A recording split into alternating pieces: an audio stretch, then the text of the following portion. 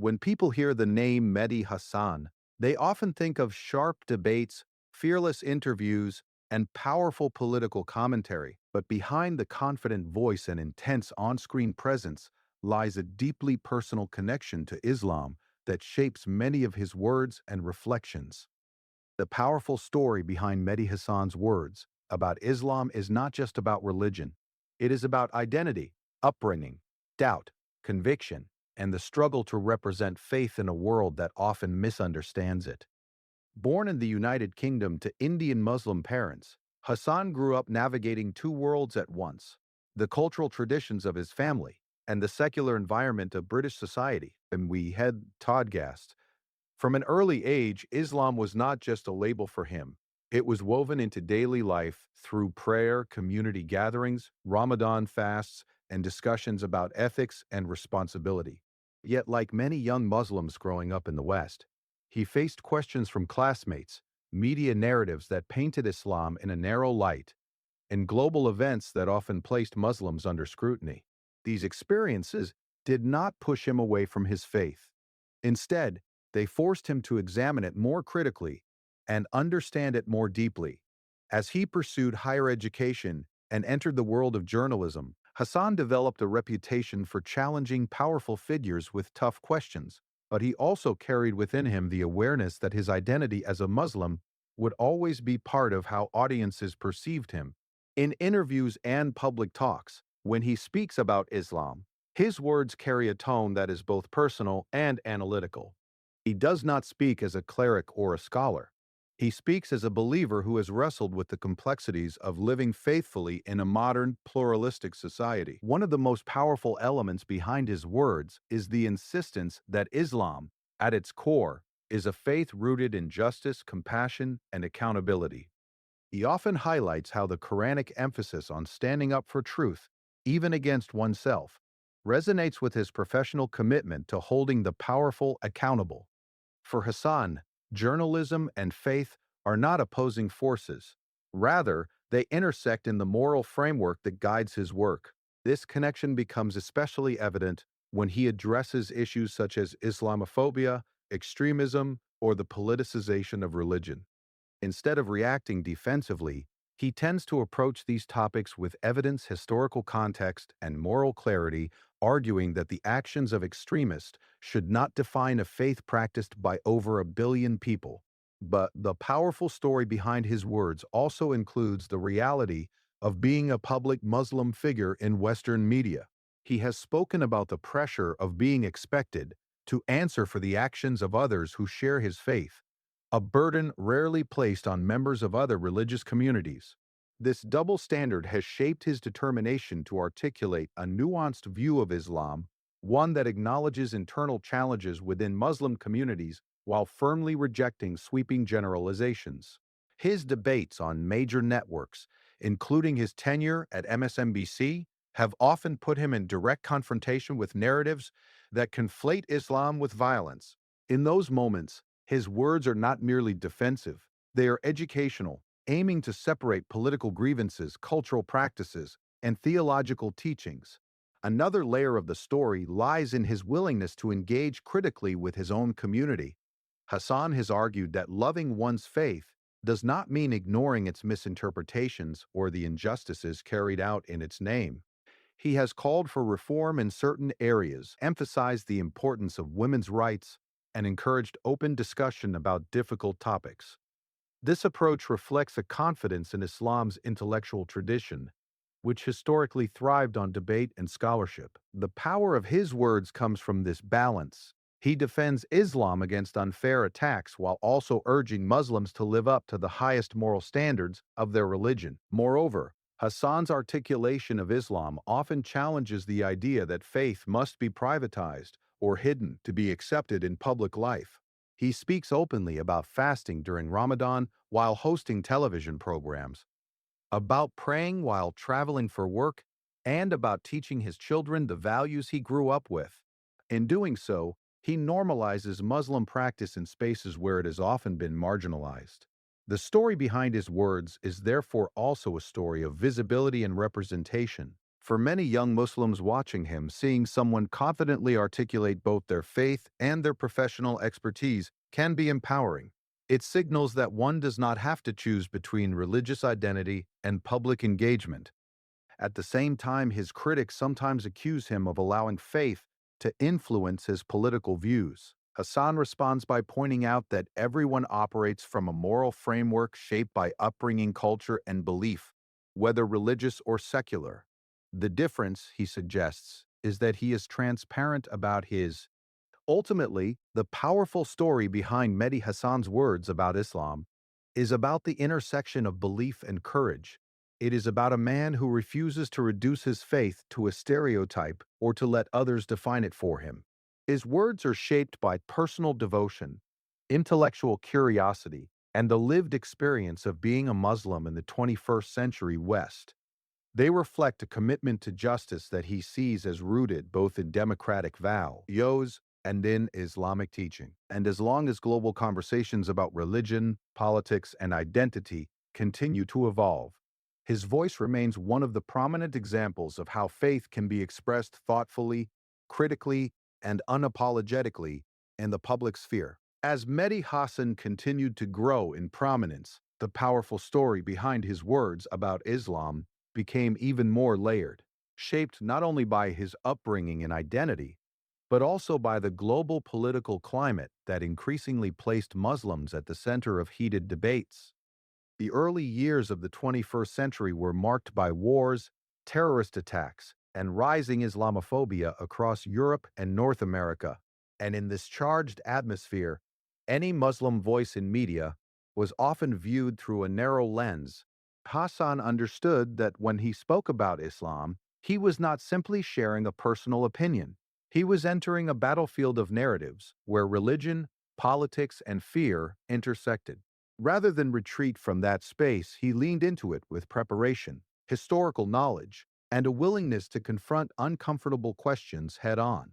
He has often pointed out that Islam, like Christianity or Judaism, has a long and complex intellectual tradition that cannot be reduced to headlines or extremist acts, and in doing so, he challenges audiences to move beyond simplistic assumptions. What makes his words powerful is that they are rarely emotional outbursts. Instead, they are structured arguments grounded in facts, scripture, and ethical reasoning. When discussing controversial topics such as jihad, women's rights, or freedom of speech, he tends to emphasize context, arguing that sacred texts must be understood in light of history and scholarly interpretation rather than weaponized for political agendas. This approach reflects a broader conviction that Islam is compatible with democracy and pluralism, a view he has articulated repeatedly on international platforms. During his time hosting programs and appearing on panels, including his high-profile role at MSNB, Hassan frequently found himself debating commentators who portrayed Islam as inherently incompatible with Western values. In these exchanges, he often reframed the conversation by asking whether the problem lies in the faith itself or in how power, politics, and geopolitics distort religious language. By doing so, he shifts the focus from abstract fear to tangible realities such as foreign policy decisions, socioeconomic inequality, and media sensationalism. Another crucial element behind his words is his insistence that Muslims are not a monolith. He has spoken about the diversity within the global Muslim community, from different schools of thought to cultural practices that vary widely across regions. By highlighting this diversity, he disrupts the narrative that treats Islam as a single, rigid entity. He also acknowledges internal struggles within Muslim communities, including sectarian tensions and debates over reform, but he frames these as signs of a living tradition rather than evidence of failure. For Hassan, faith is not static. It evolves as believers engage with new circumstances and moral challenges. This perspective allows him to critique injustice carried out in the name of Islam without abandoning his commitment to the religion itself. His words carry weight because they reflect both loyalty and honesty. Loyalty to the spiritual and ethical core of Islam, and honesty about the need for self-reflection. In public speeches and writings, he has described how fasting during Ramadan, while maintaining a demanding media schedule, reminds him of discipline and empathy, values he believes are central to Islamic teaching. These personal anecdotes humanize his broader arguments, showing that his dash is not merely an intellectual position, but a lived experience. The story behind his words also involves the backlash he sometimes faces. In polarized environments, nuance is often unwelcome, and Hassan has been criticized both by anti-Muslim voices who accuse him of defending extremism and by some conservative Muslims who feel he is too willing to question traditional interpretations. Navigating this tension requires resilience, and it further shapes the tone of his commentary. He often emphasizes that true confidence in one's faith includes the ability to withstand criticism and engage in debate without fear. This belief echoes the classical Islamic tradition of scholarly disagreement, where robust argumentation was seen as a path to deeper understanding. Moreover, Hassan's articulation of Islam frequently intersects with his advocacy for social justice causes. He connects Islamic teachings about caring for the poor and standing against oppression with contemporary issues such as racial inequality and refugee rights, arguing that faith should inspire ethical action in the public sphere. In doing so, he resists the notion that religion must be confined to private rituals. Instead, he presents Islam as a moral compass that informs civic engagement. The power of his words lies in this integration. He does not compartmentalize his identity as a Muslim and his role as a journalist. He allows each to inform the other while maintaining professional standards. As global conversations about religion continue to evolve, Hassan's voice remains significant because it challenges both Muslims and non-Muslims to think more critically.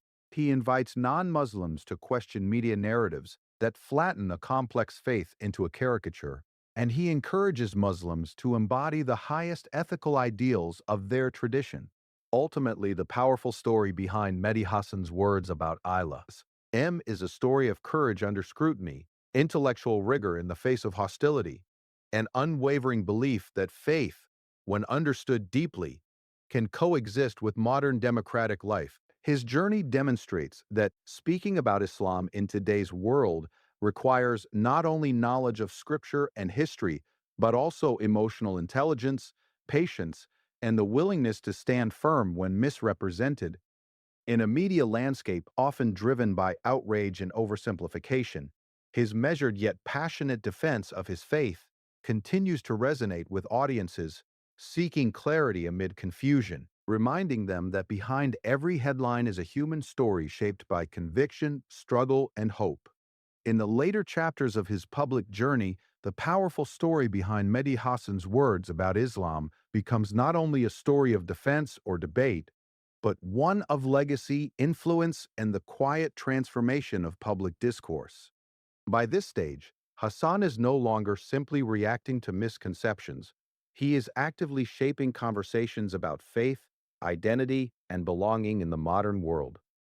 His presence in global media spaces has helped normalize the image of a practicing Muslim who is intellectually rigorous, unapologetically faithful, and deeply committed to democratic values. That normalization itself is powerful. For decades, Muslim representation in Western media was often filtered through crisis, terrorism, war, extremism, or cultural conflict.